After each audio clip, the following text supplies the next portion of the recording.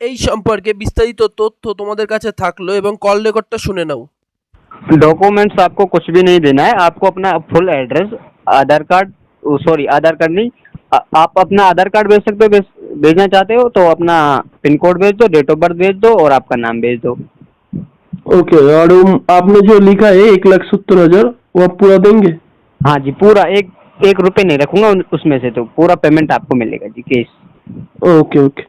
और हाँ। मुझे फॉर्म फिलअप, जो आप फॉर्म फिलअप की बात करिए, कौन सा फॉर्म फिलअप?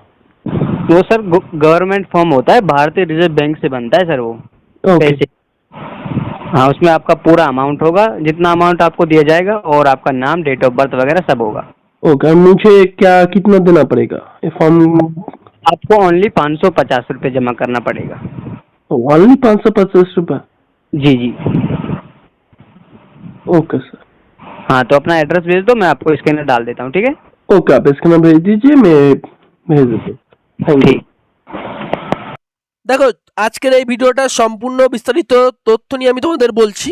দেখো, তোমাদের মতো আমিও এরকম ফেসবুকে, ইনস্টাগ্রামে বা বিভিন্ন সোশ্যাল মিডিয়ার সাইটে এইগুলো তোমরা দেখতে পাবে যে এই রকম টাকা থাকলে তোমাকে লাখ, 2 লাখ, 12 লাখ, এই যেমন 5 টাকার নোটে 12 লাখ টাকা দিচ্ছে, বা 100 টাকার নোটের নাম্বার কিছু থাকলে তোমাকে অনেক লাখ টাকা দিচ্ছে।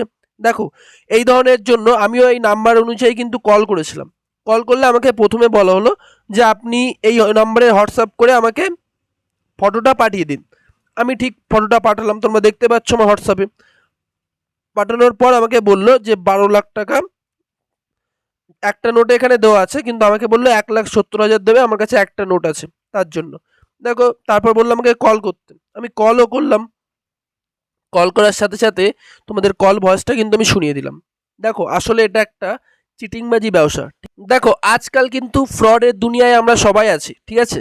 যার জন্য এখানে দেখো আমাকে বলা হলো যে তোমাকে একটা ফর্ম ফিল আপ করতে হবে গভর্নমেন্টে, তার জন্য তোমাকে 550 টাকা পেমেন্ট করতে হবে বলে দেখো বারকোড দিয়ে দিয়েছে, সমস্ত কিছু ডিটেলস দিয়ে দিয়েছে, আমাকে অ্যাড্রেস সেন্ড করে টাকাটাও পেমেন্ট করতে বলছে।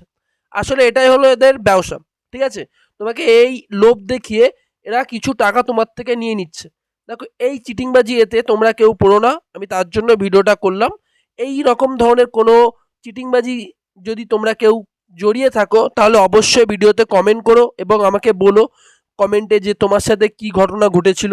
অবশ্যই তোমাদের প্রত্যেককে এটা বলে দিলাম এবং সাবধান করলাম। এই ধরনের তোমরা যে নোটের উপরে যে সমস্ত এসব আসছে সেসব কিন্তু সবই চিটিংবাজি। আসলে এরা একটা টাকা ইনকাম করার ধান্দায় আছে, যেটা তোমাকে এই মাধ্যমে টাকাটা ইনকাম করছে। সবাই সাবধানে থাকো এবং